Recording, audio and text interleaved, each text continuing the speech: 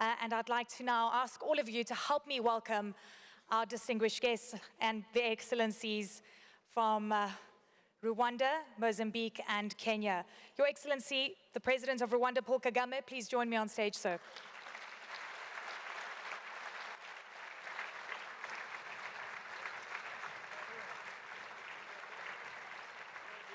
Please, in the middle, yes. There we go.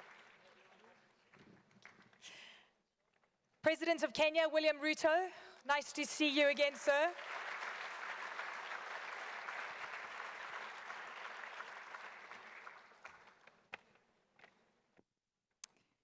And, of course, the President of Mozambique, Philippe Nyusi. Welcome, sir.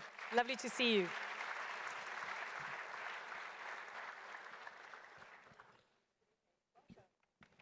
Thank you so much to all of you.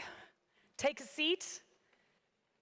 We're going to be asking some tough questions. I hope you are ready and finding some solutions. You know, over the last couple of days, I've been listening intently on the conversations that we've been having. And one of the key themes that have really been coming through, leadership, governance, and I think those have been reiterated by Alaji as well as by Mr. Poyane. Leadership, governance, and trying to actually figure out a way to finally create policy continuity. We're talking about being at the global table as opposed to the menu, but I think it's time that we have a little bit of introspection and ask ourselves where we stand on our table. Where do we rate ourselves? How do we rate our leadership in Africa? How do we rate our own leadership in our respective countries? President Kagame, I'd like to start off with you, sir. Well, first of all, I'm very happy to join my brothers, colleagues on the stage and thank the CEO forum organizers and for inviting us to be here, and also to thank them for many of the topical issues that they have enabled us to discuss. So straight to the point, and the question you've raised.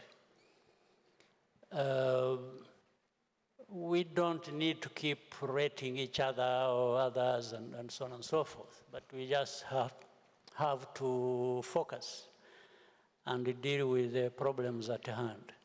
Every one of us, whether on the stage, the heads of state, or in the audience, the other leaders and business leaders and others from outside, know there are problems that we have to tackle on our African continent. There are many problems across the world. Every continent, every country have their own problems to deal with, but we are talking about Africa now. First, Africa is not a monolith. We have many countries, we have regions, we have relations among ourselves, different countries and regions and the whole continent relate with other parts of the world in many different ways and benefit each other. But specifically for Africa, there is a history that we can learn from. A history that has deprived Africa of so many things, exploited resources of our continent, and the resources benefits went outside rather than benefiting the people of our continent. That's fine. In my view, this should be something we can and should have learned from. What we can do among ourselves, with others, and that can benefit all of us. As they normally and frequently talk about win-win situation. There are things, relationships, working together wins. So then with all this, we need to therefore avoid having suffered in our history in the past and different tragedies, and we need to leave behind us, far behind us, the sense of victimhood. We can't be trapped in that we are victims of the past and so on and so forth. So we just need to seize the moment, because we really have everything that should do us proud, whether it is the resources, natural resources, or human capital, or all kinds of things. So having said all that, we see problems everywhere, also in different parts of our continent. And there is poverty that shouldn't be here after so many decades, after this tragic history I was talking about in different parts. Yeah.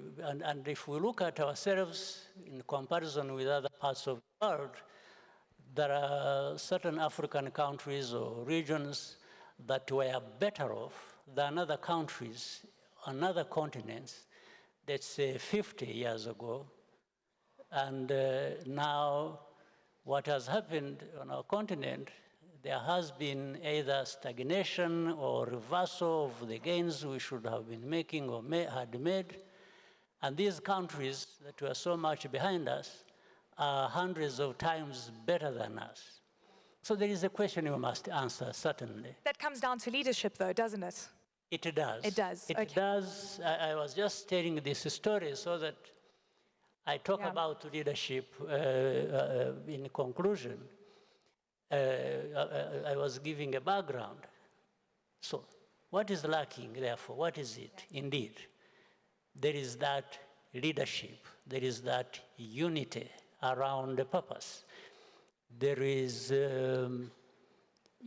taking the opportunity that is before us and translating it into the aspirations, the needs of what people are capable of in the first place.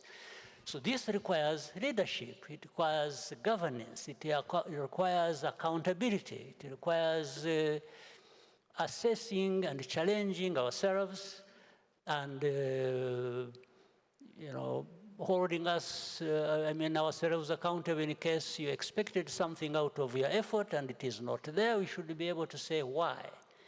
So leadership is about, therefore, the management of all these processes and getting the outcome you want, you had intended to get, or you had designed to get. So leadership is not just something in abstract. In the end, and it's not just a theory. In the end, it must give you something that is tangible, that you can see, that you can touch, that you can feel, and even put in numbers. Yeah. So on our continent, we still have a lot of work to do. And it doesn't serve us well that we blame each other or we point fingers. But no, the fact is for us being able to simply seize the moment and to do what we ought to do to deliver for our people and therefore the whole continent. Brilliant, Mr. President. Seizing the moment as part of that, it sort of reminds me of the story that Alaji was saying about, the change of goalposts. They suddenly change the goalposts and you're trying to strike and things have changed again. And as to what President Kagame was talking about having that strong voice, the leadership that we need, is it about having a unified African voice? We're a big continent, very diverse. Do we need that unified voice? President Kagame was leading reforms at the AU. You've now taken on that role. Is it the AU? Is it another institution? Is it individual countries? Is it regional bodies?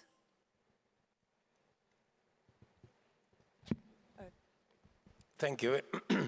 Thank you very much, and thank you very much for inviting me to this forum. I got a letter from my brother, President Kagame, and I'm very happy to be here. I think it's a combination. I think leadership starts from where you are, starts from your family all the way. So let me say this, and I quite agree with what President Kagame has said. It boils down to leadership. China, 30, 35 years ago, was not where it is today. In 35 years, today China is the second largest economy in the world. It's because of leadership, it's because of decision making. And leadership is about decision making. Leading is about making the right decisions. And always, I am challenged because when I make right decisions, people always tell me, you know, you have to think about your re-election.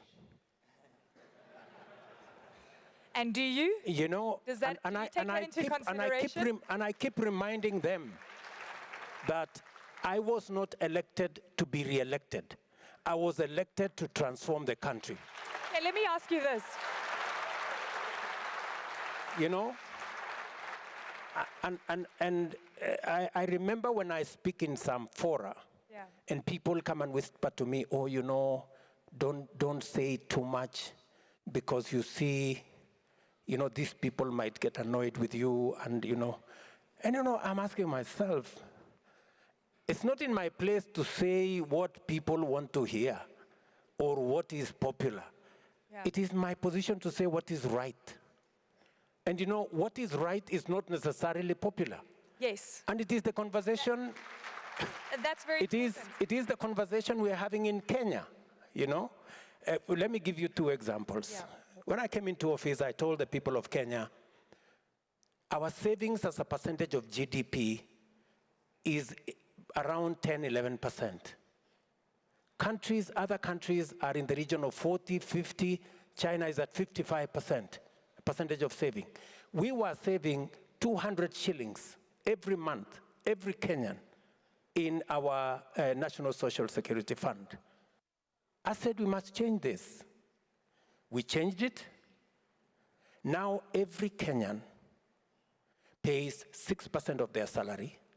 Their employer pays 6% of their of an equivalent into our savings. And I promise you, what is happening now is that our Social Security Fund, which is about 320 billion Kenya shillings now, we are going to double it, and we have saved that 320 in 60 years. But we are going to double it in 4 years because of the decision we have made. You've had to take tough decisions. Let me tell you one more thing. Okay. We agreed with the people of Kenya that housing is a problem. We have 7 million Kenyans living in slums. We have 1,410 slums in Kenya. People living in squalor, without water, without electricity, without anything. And I said, we must have a paradigm shift. Everybody agrees that we need to invest in housing. In fact, let me tell you this. Both the manifesto of the party I lead and the manifesto of my challenger, both of them had housing. But when it came to implementation, the uproar was unbelievable. But I said, people, we had this in our manifestos. We're going to implement. Let me tell you the good news. We have now 120,000 housing units under construction in Kenya. It is my intention to get 1 million Kenyans homeowners in the next 5 years. That is a function of decision making. That's a function of leadership. And finally, my brother Paul Kagame has done a wonderful job on the reform of the AU. He handed over his notes to me. I intend not to let down my brother. This AU, we are going to reform it. And we are going to make AU a fit-for-purpose organization so that we can sort out the things Ali Dangote is talking about, so that we can have clarity in where we want to go. We can get the Africa Continental Free Trade Area moving. and being a reality so that our business people can trade across this continent, so that we can move across this continent. President Kagame has removed visa for people coming to Kenya, for people coming to Rwanda. I have done the same. And I like what I heard from my good brother from Kenya. He said in Nigeria, they pay, you say $230 US? Yeah. You pay ATA only $30 and you pay it online. You don't have to go to no office. So this is the situation we are faced with, and I want to say that we are going to change our continent ourselves, not others. Brilliant. Okay, I have follow-ups on the tax regime, but I want to also ask President Nyusi a few questions, but it's coming. I need to ask about the popularity of these tax reforms and whether you can still create a hustler economy. President Nyusi, great to have you with us. Welcome. You know, listening to the question on leadership, and I want you to tell me about what your thoughts are. We spoke about that united African voice. You domestically, and we heard from Mr. Puyana as well, in terms of what you're dealing with in the northern part of Mozambique. You've got security issues. That was one of the big concerns. Leadership is important in Mozambique. We actually did a fantastic story about the port of Mozambique, where you're seeing incredible growth coming through. It's almost like a tale of two worlds in your country. Could you tell us, what are your priorities right now? What are you concerned about? Security? Ellen, thank you very much. But to make sure that this is African CEO Forum, I will do it in Portuguese. I understand, I'm ready. Thank you, sir. Bom, primeiro quero agradecer o meu irmão e amigo Presidente Kagame, que fez esse convite para nós estarmos aqui, mas dizer de facto que o debate presidencial é mais difícil do que o anterior. O anterior que era mais sobre... We have an issue, and I think mine is also broken. Could someone assist, please?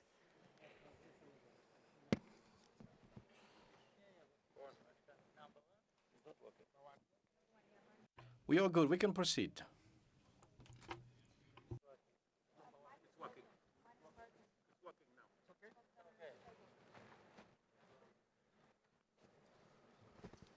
Apologies for the delay. We're having technological hiccup. Thank you.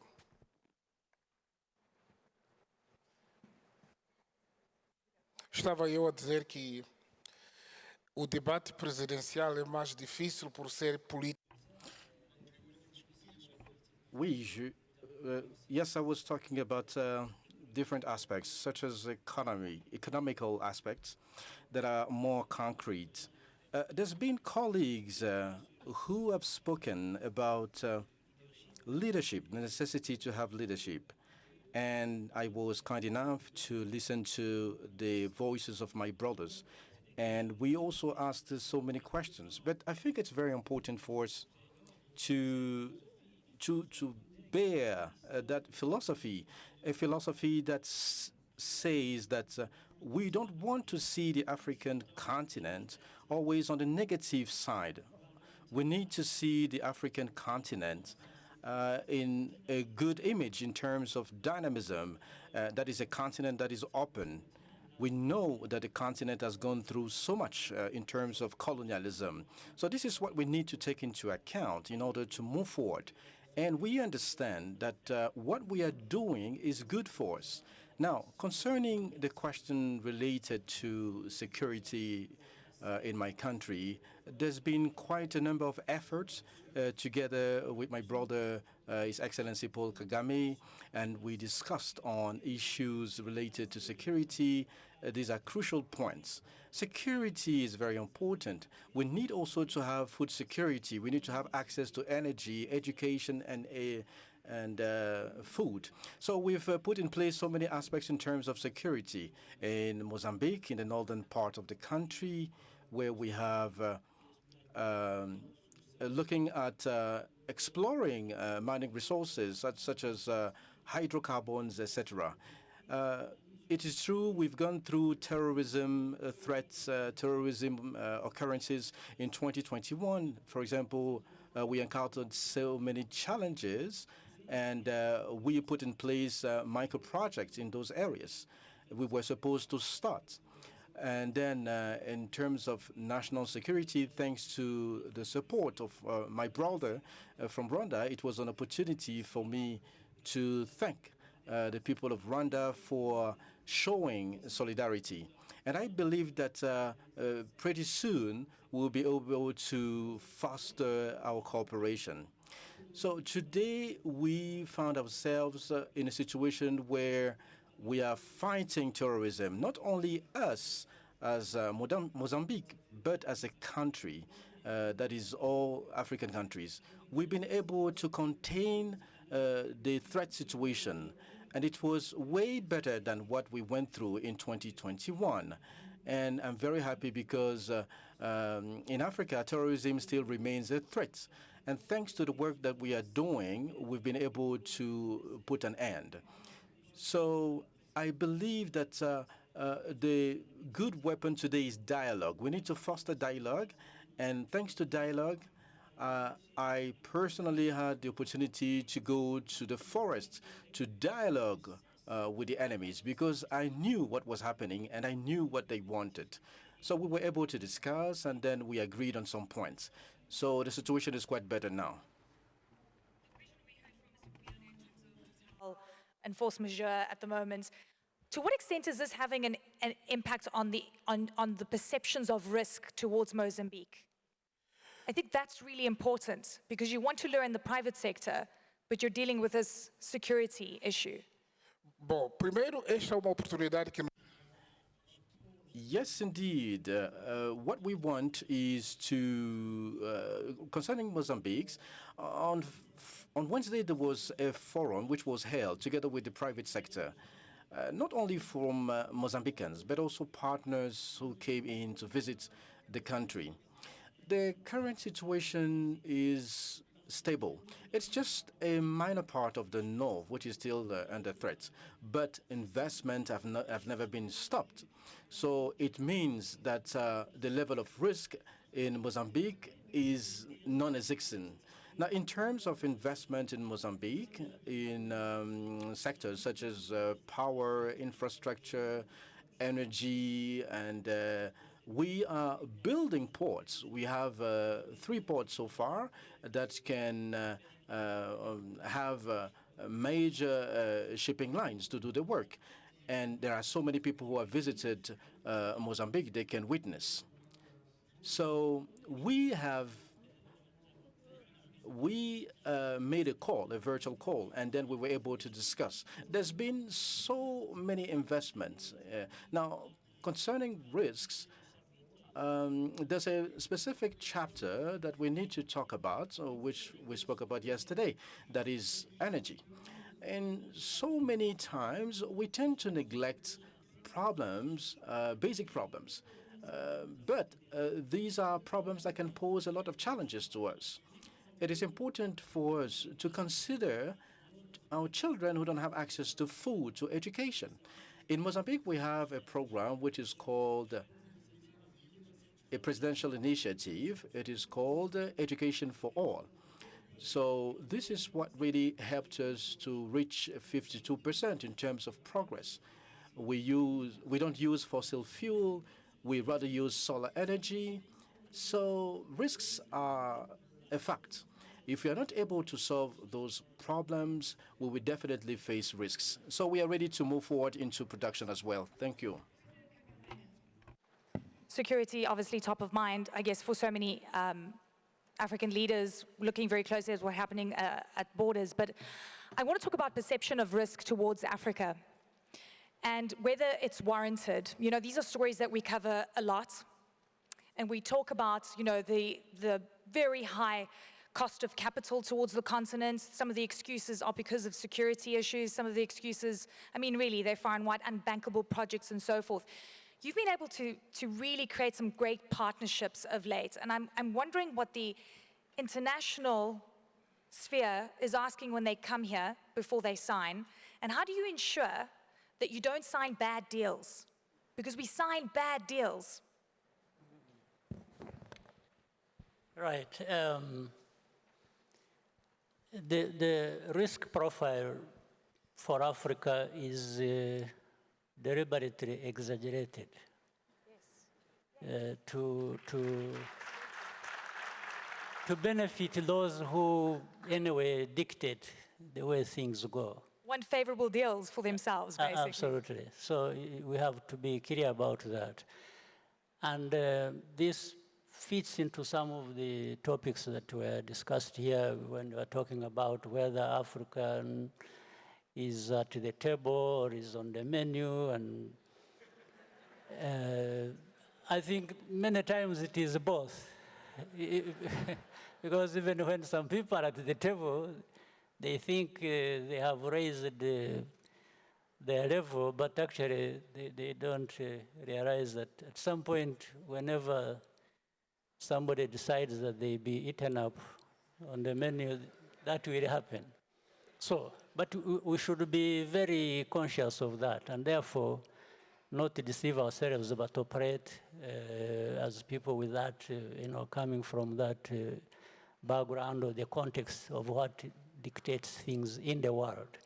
So in our case, we have had great partnerships. And from the beginning, partnerships for development, partnerships in economic activities, in partnership for development from the outset. That was like 15, 20 years ago. We got our partners used to the fact that this is our country, these are our problems, we must address them, we appreciate partners, we appreciate support, we appreciate everything, but we don't appreciate anybody trying to replace us in our own affairs and do either to do things for us or to dictate to us what we must be doing, because we kept saying we are the masters of our own destiny. What's the ratio of the guys coming in and wanting to dictate versus the guys coming in wanting to actually do something good? Well, those who want to do something, we sit and discuss. Yeah. There's what we want, there's what they want. So we talk about how each one of us benefits from what is under transaction. So this is, it's fair for them, it's fair to us. So we make sure that that is what happens. Let me tell you a couple of things. We've done different deals in sports, in different areas. For example, I'll tell you, we have a partnership with the PSG, with Bayern Munich, with Arsenal, with and you know, when we did that, we made sure that they benefit and we benefit. Yeah. But you could have seen, maybe you did, what was written in the papers. Saying Rwanda, how does Rwanda go for this, or they are spending money on this, they are doing that, and we had to keep explaining. So we are spending money, but we are receiving money too. So it is not just spending. The money we spend is, even when you spend, sometimes I go watch football, even in the stadiums, here or there in those countries where we have partnerships. I spend my money to buy the ticket. In fact, one of the people who dictate accused me one time when I was in London attending Arsenal game at Emirates. Said, you see, this man comes here and we give the money for support and he spends it in the stadium watching football. So I told these people, I said, you know what? I earn a salary for the work I do. So I spend my salary to go and watch football. So I didn't spend So I told them I didn't spend their money, I spent my money, personal money from my earnings as, salary for what I do. So, but it may sound simplistic, but the moral of it is that there is always somebody somewhere wanting to dictate to you how you live your life, how you conduct every business you do for yourself or for your country, even for the country to be dictated to which direction it must take. And we have refused that, and therefore, again, talking about leadership, I'm sure there are many others who do even better things than that somewhere else in other countries. But it still comes to leaders in any level of society being able to identify the purpose and of what they want, how they must achieve it, and how, therefore, even for self-respect, we cannot have a relationship that is lacking respect. I will always respect you, but you must return respect. It's the criticism and the hypocrisy that really is painful. You know, the criticism and the hypocrisy that we see from the West in particular, that is particularly painful to hear a lot of the time, you know. President Ruto, I want to ask you this, and you're going to the United States to meet with President Biden, the first official African state visit since 2015. The US Commerce Secretary says the US is the best partner for Africa, but there is a jostle for Africa. The US, Europe, China, Russia. Who is the best partner? What's the vibe? The best partner is Rwanda.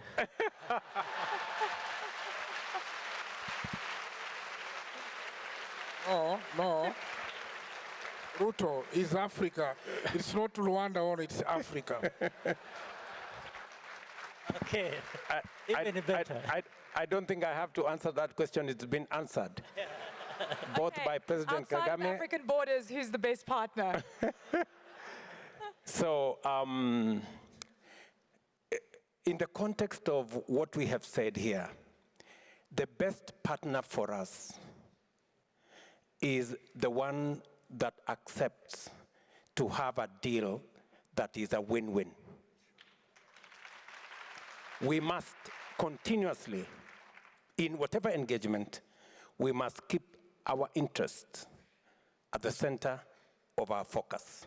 But that hasn't been the case. We win-lose. We sign up assets and commodities as collateral a lot of the time. And when is that going to change? If we sign a bad deal, we must not finger point. It is up to us to make sure that we don't sign bad deals for our people.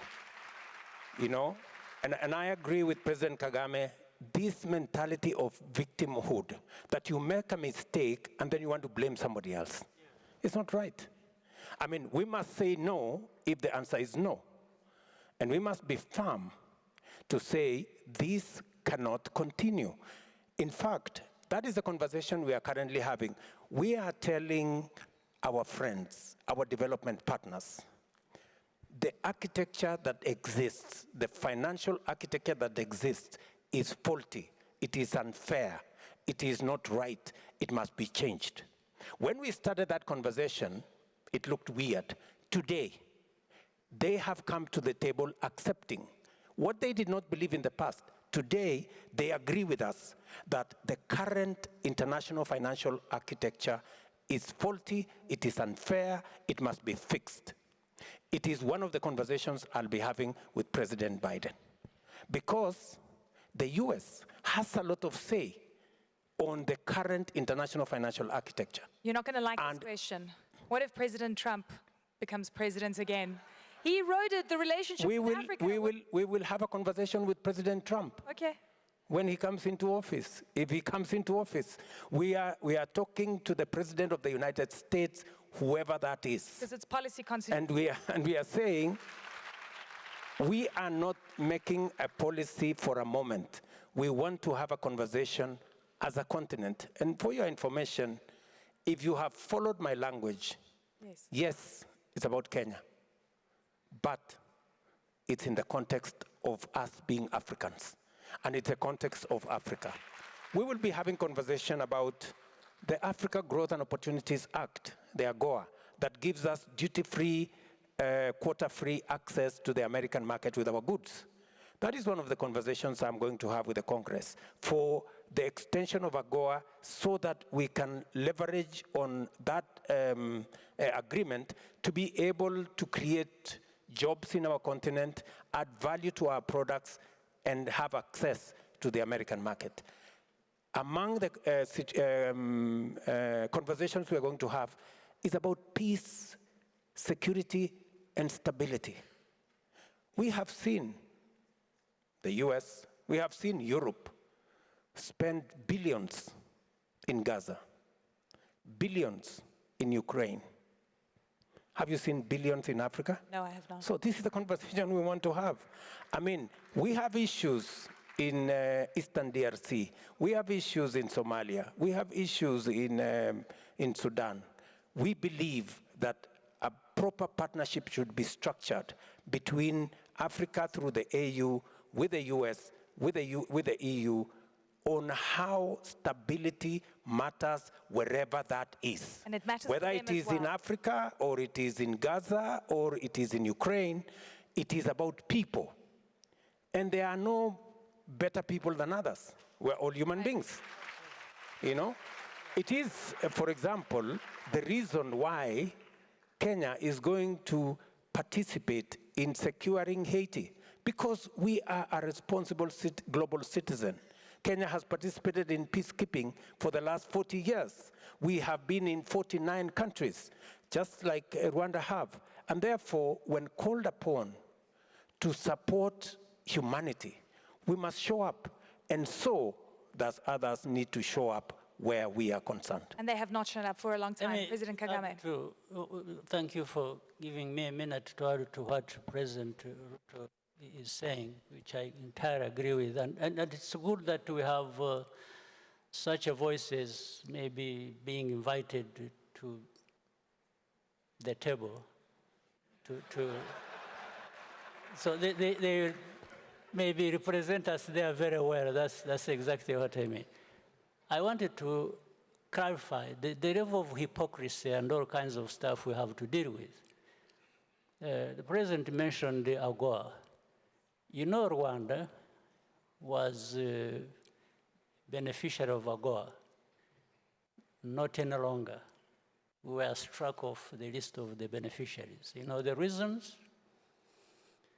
Simply because we wanted to promote, develop textiles industries here to make our own garments.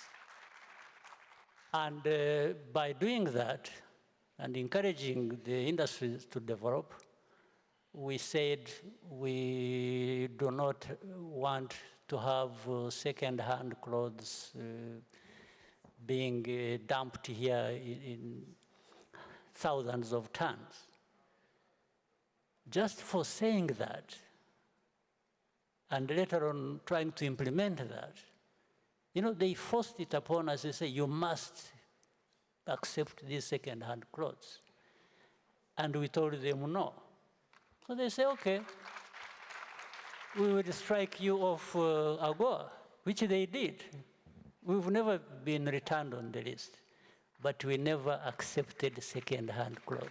And let me tell you, if anyone's been to these second-hand markets, you'll understand why Africa has become a dumping ground for second-hand clothing, for, I don't even want to call them second-hand cars because they're not even worth being second-hand, and that affects us so badly. President Nyusi, I want you to jump in here. You know, there's so much to discuss. Who do you think the best partner is? What is Mozambique doing? Who is the best? The best partner to team up with. The guys that want to sign good deals. What has come across your table? And how you make sure you're not on the menu? Because you have a lot of delicious resources and raw materials to offer the world. Tá bom. Bom, primeiro, nós estamos agora na base de win-win. First of all, we're in a win-win partnership. environment. We're trying to develop our country, to develop our resources in Mozambique. And all our friends, as they know, we still have a democracy. That policy is to make more friends in the same direction. For that, we have to be on the same ground of understanding. That is well defined. According to agreement, we are celebrate what we are looking for, the advantage of our people, and in that way, clearly, on the basis of win-win agreements we are trying to put in place, if we can be able to transform, to process our resources internally, we can avoid that issue to have less employment, and we can create more value, add more value in our own resources, and that will enable us that the value chain be more accessible, especially for agro-businesses and etc., etc. I think our partners are those ones who are winning with me. And at the same time, I can also obtain some longing fruits. Politically, economically, I think that is a very different issues, but I can give you one example. We've already started in the period of a war between Ukraine. I think in Russia, we stayed with Ukraine in terms of friendship. Our interests remain the same, and we need to have this continent in the same pace. We don't need to have distraction of our sectors. We need to maintain the pace to continue within that clear spirit of collaboration. Even Mozambique partners are those ones who can come and satisfy interests of Mozambique. Thank you. The US? The EU? Esta pergunta é tendenciosa e manipuladora. I'm waiting for you. A pergunta encontra claramente a resposta. I think the question has already an answer. Our friends are all of those who can come and provide satisfactions to our country interest. I want, President Ruto, I have to ask you this question, the tax reform. You had to come in with very unpopular tax increases, and it really spoke to what you said, that, you know, as a president, you have to do things without really taking into consideration whether it's going to be popular or not. How do you get everyone on board with what you've done? And are you still going to deliver your promise on a hustler economy? 100%. I have my eyes on the ball. I made a commitment to the people of Kenya. I intend to keep every promise that I made. Number one, I told them that I will get 7 million Kenyans who had been blacklisted under the Credit Reference Bureau. 7 million Kenyans are out. They used to pay 1% per day. Today they pay 8% per year. That's the difference. When I came in, I said we are going to get rid of subsidizing consumption. We are going to support production. The price of maize meal was 240 when I came into office. Today, it is 100. Brilliant. Yep. I'll be watching It was a closely. big story, the cost of living. When I came into office, I promised the people of Kenya that we are going to increase our savings as a percentage of our GDP. Today, we have a plan in place. I said we're going to have 1 million homeowners. We are on course. I said we are going to have universal health coverage. We are on course. We have already passed 4 laws. We are on course. The people who had issues with what I was doing a year ago, today, they are thinking differently because they've come to appreciate that I know what I'm doing and the country is going to change. Thank you, sir. We're watching closely. We have friends in Kenya. And I'm going to get baptized soon as Helen Kyoko, by the way. Thank you. Coming here soon. President Kagame, when we talk about Africa being on the table globally, what tables do we want to be on? What voice do we want? Do we want to have a geopolitical perspective on what's happening, Russia and Ukraine? Do we want to have a voice about what's happening in Gaza? What kind of voice do we want on the global table? Yeah, we want a voice to be able to decide matters that affect us for ourselves, for each country, for the continent as a whole. Because so many things, you talked about the risk profile and how that translates into high costs of many things for us and therefore stifles business, investments, and so on and so forth.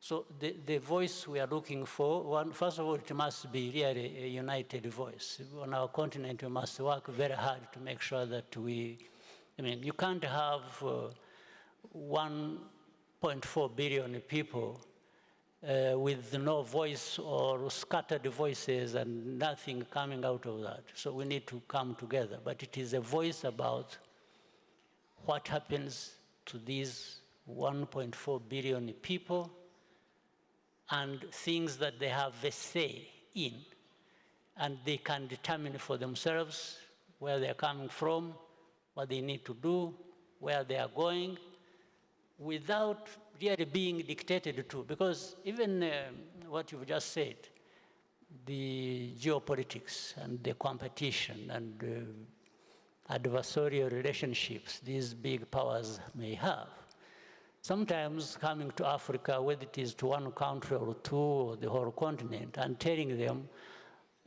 like the famous thing, is you are either with us or you are against us. That's right. And telling people to line up and support what has been determined. It's not correct, and Africa should just refuse it. So what we are talking about is being able to decide.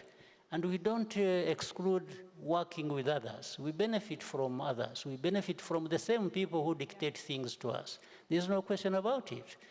We want that relationship that benefits us and also that benefits them. And it must translate in many things really. You see, these African countries are very, very rich countries in terms of resources.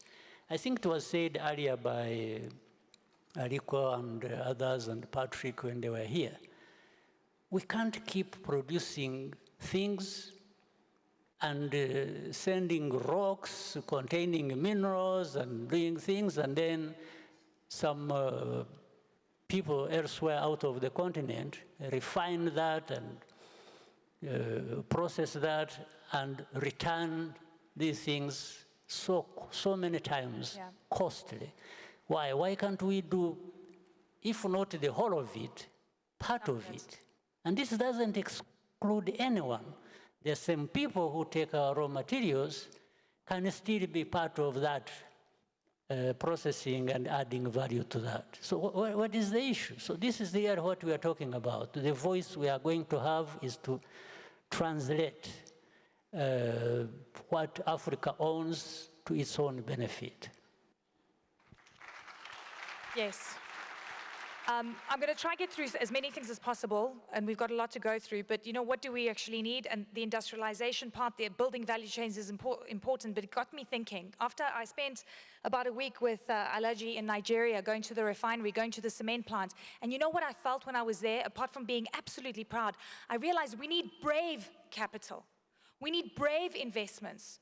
We need people that are willing to put their money on the table to make it happen, and we need Africans to do it for themselves, because if that doesn't happen and we wait, it won't happen, because the world actually doesn't really want to take value chains away from their markets and make it work on the African continent. President Nyusi, I want you to jump in here on the Continental Free Trade Area, whether you're seeing an impact, whether you're optimistic about truly industrializing the continent, taking our value chains back and making it work. Bom, o que dizia claramente o meu irmão aqui, Ruto. Now, what I was saying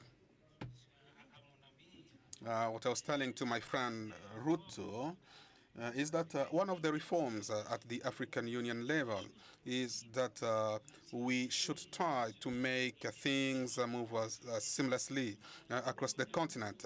We know that we do not have a long mandate in Africa, but I think that it's possible to implement that reform, and that reform must be based on mutual trust amongst our countries. And in fact, we have also to have a look on what others are doing. Now, coming to African countries, we have to work for our mutual interest as African countries. And, you know, sometimes in Europe, there is a kind of a protectionism. That means that they produce and they protect their product. And we know also that in Africa, we still have some challenges, including infrastructure issues, but issues around the connectivity. So we have to promote connectivity. We have to build infrastructures, including railways and road infrastructures. And we must build that capacity and that possibility to promote free movement of goods and people in Africa, just like I was telling to my brother, President Kagame, that we have to work to make sure that products who are produced in Mozambique can move freely across the continent and reach Rwanda, for example, so that we can really make easy that free movement of people and goods. And what I mean in a nutshell, that it is possible to have African integration, to have an integrated Africa. And now coming to SADC, in fact, we are working on also on trying to remove trade barriers, including visas. So now we have opened our borders among 8 countries in Southern Africa. And the same can be also done elsewhere in Africa. Now, after having done this, we have observed that tourism has increased significantly in the region, and it is only by so doing that we can also achieve our goals. And we have also to fight against terrorism and to improve our security settings, because all these policies, in fact, should be helpful for Africa. Thank you very much for your kind attention. Anyway. And I was just thinking, as President Nyusi was speaking, making sure that our borders, we're friends with our neighbors and things are okay at our borders. And actually, we can all say that's not really the case for everyone sitting here. So what does that mean in terms of true integration? And then it kind of brings me back to what we're seeing in the Sahel in West Africa and in Central Africa with coups that have risen, ECOWAS, the issues there. I mean, there's so much. To create that cohesion, we have to look inwards to fix these issues. So President Ruto, what are you doing? It is part of the brief that was handed to me by President Kagame. How do we consolidate and integrate our market? You heard Aliko Dangote say that our intra-Africa trade is at 15–16%. We are struggling to get market elsewhere when we are not trading enough with ourselves. Intra-European trade is at 70%. Intra-Asian trade is at 60%. Intra-African trade is at 16%. May I be blunt and say, do we like each other enough to want to trade amongst each other when we don't even have the rules to make that happen? Precisely the point why we must fix our AU so that it has what President Kagame said, a loud voice, a clear voice, but also it speaks to the issues that affect us. To make sure that ACFTA has a meaning. If, for example, we had signed AGOA as AU and the US, there was no way Rwanda would have been penalized for refusing to bring in dead people's clothes. You know? So the essence of numbers, if we make the AU a fit-for-purpose organization, and that is our intention. The notes President Kagame handed over to me says we must do 3 things, and which I intend to persuade my colleagues for us to achieve. Number 1, to use AU for our economic diplomacy, to make sure that it speaks to having a unified market in our continent, making sure that the ACFTA works, we have the same regulations, the borders that exist stop being barriers, but instead being bridges into the next continent, into the next country. And I say this because in EAC, intra-trade between Rwanda, Kenya, Uganda, Tanzania, the EAC countries, is at 28%. It is the highest in the continent. It is the single highest regional economic bloc that has trade at that level. We intend to pull the rest of the continent in that direction, and it tells you that the 16% can actually get to 50% if we do things right. So this is the trajectory we are looking at. We are also looking at making sure that the AU deals with the challenges of infrastructure. You heard the president here talk about infrastructure. We must make the AU fit for purpose to focus on a few things, not too many things. Security and stability, economic, diplomacy, infrastructure, period. And then we make sure that it serves the continent well. It will give us voice, it will give us, it will speak for reasonable numbers, and even if we have, it will help us push against unfair trade deals, because we have the numbers to say no to the EU if we are standing as Africa. But if I'm standing as Kenya or Rwanda, they can push. Yes. But if we are standing together, we can make sure that we push our agenda properly. Let me finalize by saying, to support our private sector, even our private sector today, they are molested by financial institutions. They are told, you are investing in the wrong place. You cannot put a factory in Africa, it is risky. They are charged high interest rates. That is our responsibility. The AU must be able to fight for a fairer international financial architecture that de-risks investments in Africa and allows investors like Aliko and others who have the courage to invest in our continent to get resources at rates that make business sense for them to invest. Agreed. And I have to apologize to Aliko Dangote, actually. When I saw all those cranes in that area on his refinery, I said, Alaji, that looks like a graveyard for cranes. And he said, no, Eleni, it's a parking lot. We're going to put that to work. So it's there, right? And the opportunities are there. And it's so exciting to see some of these projects. But President Kagame, you're seeing they need, like the likes of Aliko Dangote, they have to make sure they have a power plant when they, build a factory. There's so many things that need to happen. And again, I come down to the policy that we need to really make this continent shine. And I feel there's a shift. When I interview people across the continent, I feel there's a shift that we want to take control of our future. And I want to end off with you just telling us what that is going to look like, because I feel when I come to Rwanda that this is a fantastic example of how that can happen. Yeah, I think we have to be practical, we have to be realistic as well.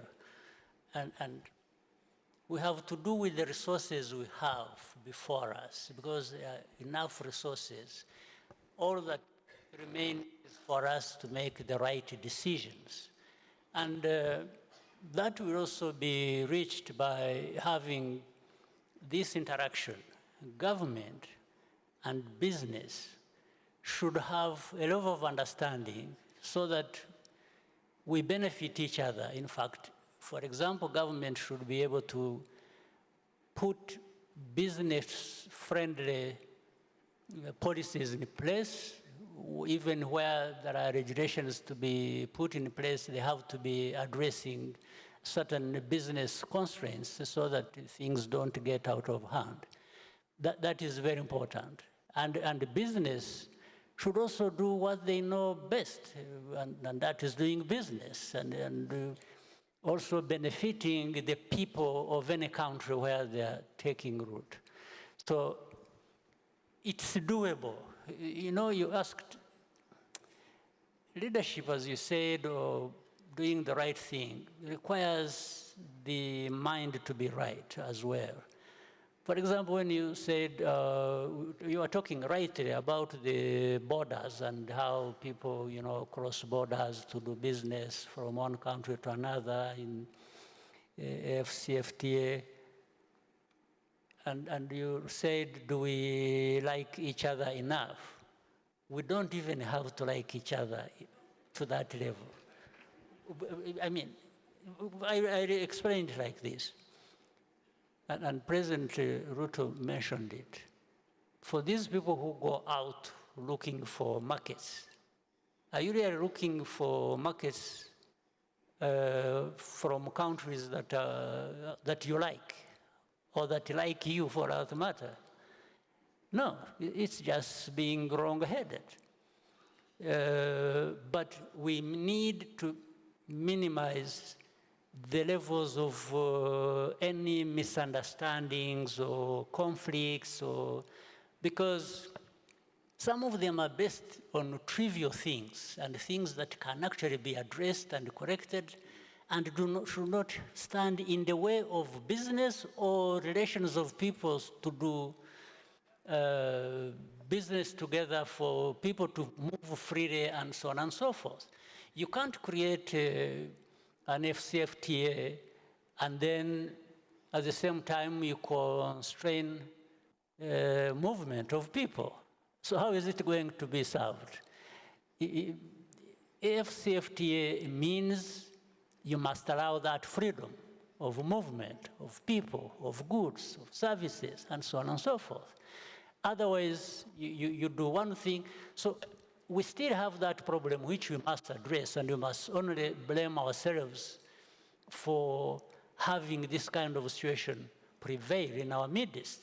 You can't blame anybody else. We can't blame outsiders. We can't blame, no. We should blame ourselves, but we should correct it, and we should just put things right the way we know how. Big round of applause to all of you. Thank you so very much, President Kagame, President Ruto, President Nyusi. Great to have you with me. Thank you for this very honest, very dynamic panel. Round of applause, ladies and gentlemen, for our fantastic presidents.